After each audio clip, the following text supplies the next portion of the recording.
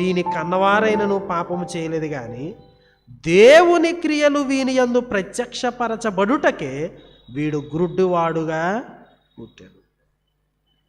So అది మన యొక్క పెర్స్పెక్టివ్, మన యొక్క దృక్పథంలో ఏదండి చాలా అన్ఫార్చునేట్ సిచ్యువేషన్, చాలా దురదృష్టవశాత్తు ఎట్లా జరిగింది, లేకపోతే ఎంతో బాధ, ఎంతో వేదన, ఏంటి పుట్టుకతోనే ఎట్లా ఉంది అట్లా ఉందని, ఇది చాలా విచారకరమైన విషయాలే కావచ్చు.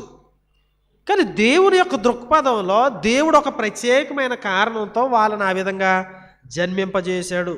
దేవుని యొక్క క్రియలు వీని యందు ప్రత్యక్షపరచబడుటకే వాడు గుడ్డివాడిగా పుట్టాడు. యేసుక్రీస్తు వారు చాలా చక్కటి విషయాన్ని అక్కడ చెప్తూ ఉన్నాడు. దేవుని క్రియలు ఈ ప్రత్యేకమైన పరిస్థితిలో పెళ్ళిబుక్కాలి. దేవుడు మనలను దీవిస్తాడు, దీవెనకరమైనటువంటి వాటి ద్వారా ఆయన నామం మహింపరచబడుతుంది. అదేవిధంగా మనకి దుఃఖకరమైనటువంటి పరిస్థితులు వస్తాయి. ఆ పరిస్థితులు కూడా దేవుడు ప్రత్యక్షపరచబడ్డానికి, ఆయన క్రియలు ప్రత్యక్షపరచబడ్డానికే అనేటువంటి విషయాన్ని మనం గమనించాలి. పుట్టుకతో గుడ్డివాడిగా పుట్టిన వారి జీవితమే దేవుని క్రియలు ప్రత్యక్షపరచబడ్డానికైతే ఇక ఏ కష్టమైనా, ఏ సుఖమైనా, ఏదైనా ఆయన యొక్క క్రియలు మన జీవితాల్లో ప్రత్యక్షపరచబడ్డానికే దేవుడు జరిగిస్తున్నాడు.